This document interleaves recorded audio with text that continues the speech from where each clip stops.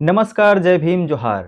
गुजरात का वडनगर एक बौद्ध स्थल है। जी हाँ, चौंकिए मत, मैं नहीं, देश के प्रधानमंत्री नरेंद्र मोदी खुद कह रहे हैं।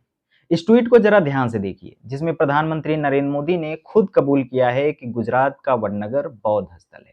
प्रधानमंत्री नरेंद्र मोदी के ट्विटर हैंडल से 16 मई 2022 को ट्वीट किया जाता है, जिसमें लिखा है कि जिस स्थान पर मेरा जन्म हुआ, गुजरात का वडनगर, वो सदियों पहले बौद्ध शिक्षा का बहुत बड़ा केंद्र था। आज भी वहां प्राचीन अवशेष निकल रहे हैं, जिसके संरक्षण का काम जारी है। आपको बता दें, गुजरात का वडनगर ही नहीं बल्कि गुजरात राज्य में असंख्य बौद्ध स्थल हैं। सौराष्ट्र का गिर सोमनाथ यह मूलतः बौद्ध स्थल है। कुछ दिन पहले सोमनाथ मंदिर के ट्रस्टी प्रधानमंत्री नरेंद्र मोदी के द्वारा सोमनाथ मंदिर के नीचे क्या है यह जानने के लिए एक सर्वे करवाया गया। और यह सर्वे कोई मामूली सर्वे नहीं था, बल्कि जीपीएस एडवांस टेक्निक से सर्वे करवाया गया था।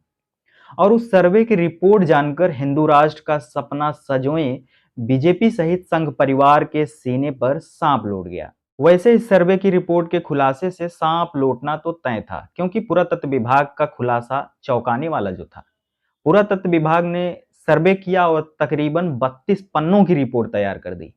करीब 32 पेज के सोमनाथ मंदिर ट्रस्टी को भेजी गई इस रिपोर्ट में इस बात का भी खुलासा हुआ कि मंदिर के दिग्विजय द्वार के पास मौजूद वल्लभ भाई पटेल प्रतिमा के पास कई बौद्ध गुफाएं भी मौजूद थे। विशेषज्ञों के मुताबिक कई मॉडर्न मशीनों की मदद से की गई जांच पर तकरीबन 5 करोड़ रुपए खर्च किए गए थे और 12 मीटर तक जीपीआर जांच के बाद इस बात का खुलासा किया गया है। आईआईटी गांधीनगर के 4 पुरातत्व विशेषज्ञों के खोज से पता चला कि 12 ज्योतिर्लिंगों में से पहला सोमनाथ महादेव स्थल के नीचे यल आकार की 3 मंजिला संरचना है। सोमनाथ में 4 स्थानों पर जीपीआर जांच की गई। इसमें आईआईटी गांधीनगर के पुरातत्व विशेषज्ञों का भी एक दल शामिल था। सर्वे करने वाली टीम ने सोमनाथ और प्रभात पाटन में कुल 4 स्थानों पर जीपीआर जांच करी। प्रभात पाटन के सोमनाथ हस्तक के गौलोक धाम के में गीता मंदिर के सामने हिरन नदी के तट पर किए गए एक सर्वेक्षण से पता चला कि एक ठोस भूमिगत कोई संरचना निर्माण है। दिग्विजय द्वार से सरदार पटेल की प्रतिमा को पहले पुराना कठोर के नाम से जाना जाता था, जिसे अब हटा दिया गया है। एक 3 मंजिला इमारत भी भूमि के अंदर देखने को मिली, जिसमें एक मंजिल 2.5 मीटर की गहराई पर है और दूसरी मंजिल 5 मीटर की गहराई पर और तीसरी मंजिल 7.5 मीटर की गहराई पर है। और वर्तमान में सोमनाथ मंदिर में तीर्थयात्रियों की सुरक्षा की जांच होती है। जहां पे वर्तमान समय में जांच होती है, पता चला है कि वहां भी भूमिगत एक एल आकार की आकृति भूमिगत है।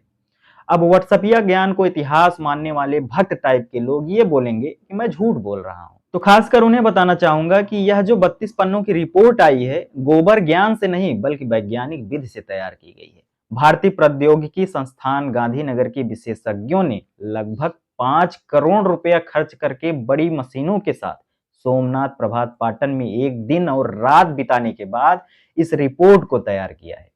उन्होंने एक साइड लेआउट योजना तैयार की और उन जगहों का सर्वेक्षण किया जहां 2 मीटर से 12 मीटर तक के कंपन को जीपीआर जांच से पता लगाया जा सकता है। उसी से रिपोर्ट तैयार की जाती है। गिर सोमनाथ मंदिर के नीचे प्राचीन बुद्ध विहार तथा बुद्ध के शरीर के अवशेष मिले हैं। तो यह अब खुले तौर पर प्रमाणित हो गया है कि भारत के तमाम प्रसिद्ध मंदिरों के नीचे प्राचीन बौद्ध स्तूप और बौद्ध विहार मौजूद हैं। खासकर ज्यादा देश भर में शिव मंदिरों के नीचे बुद्ध विहार मिल रहे हैं। इससे यह प्रमाणित होता है कि बुद्ध विहारों को दबाने के लिए ही पोंगा पंडों ने शिव मंदिरों को स्थापित किया, यानी कि बुद्ध प्रतिमा को देवी देवताओं का स्वरूप दे दिया गया। भारत में सम्राट अशोक के धरोहर को आरएसएस आक्रमण कर रहा है, उस पर आज भी कब्जा कर रहा है। ऐसा भी नहीं है कि कब्जा करके आरएसएस बीजेपी का झंडा उठाने वाले पिछड़ों और अति पिछड़ों को भी हिस्सा दे रहे हैं, नहीं।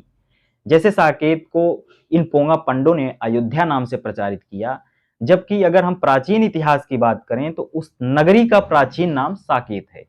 और वहां भी पुरातत्व विभाग के द्वारा जब खुदाई हुई तो सिर्फ बुद्ध के ही अवशेष मिले, बुद्ध काल की ही आकृतियां पाई गई, जिसे शिवलिंग बताया जा रहा था और ईश्वर का रूप दिया जा रहा था, जो कि सरासर गलत है। हमारे प्रधानमंत्री नरेंद्र मोदी जी ने कहा था कि गुजरात के वडनगर में जिस स्थान पर उनका जन्म हुआ, वो सदियों पहले बहुत बड़ा बौद्ध शिक्षा का केंद्र हुआ करता था। आज भी वहां प्राचीन अवशेष निकल रहे हैं। यही बात प्रधानमंत्री नरेंद्र मोदी ने, आपको याद होगा, 2015 को कही थी, जब चीन के प्रधानमंत्री भारत के दौरे पर आए थे।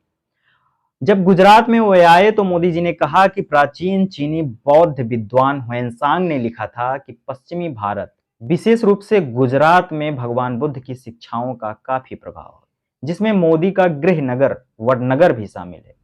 इससे यह समझ में आता है कि प्रधानमंत्री नरेंद्र मोदी का गांव बौद्ध लोगों का गांव था, और अब तो मोदी के गांव वडनगर में ही बुद्ध विहारों के अवशेष मिल रहे हैं। तो इससे यह अनुमान लगाया जा सकता है कि नरेंद्र मोदी के दादा परदादा बौद्ध थे। तो प्रधानमंत्री नरेंद्र मोदी हिंदू क्यों और कैसे हुए, बड़ा सवाल है।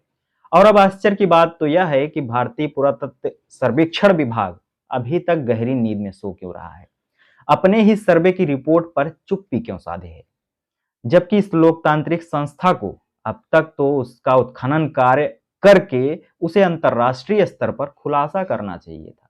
नरेंद्र मोदी देश के प्रधानमंत्री हैं और सोमनाथ के ट्रस्टी भी हैं, और उनके द्वारा कराए गए सर्वे और सर्वे की रिपोर्ट के आधार पर उनकी तो नैतिक जिम्मेदारी है कि गिर सोमनाथ मंदिर स्थल को बौद्धों के हवाले कर देना चाहिए। आज के लिए इतना ही। अगर आप चैनल पर नए हैं तो चैनल को सब्सक्राइब कर लें। अगर वीडियो पसंद आया है तो ज्यादा से ज्यादा शेयर करें, बेल आइकन प्रेस करें ताकि हमारा लेटेस्ट अपडेट आप तक पहुंचे। बहुत बहुत धन्यवाद।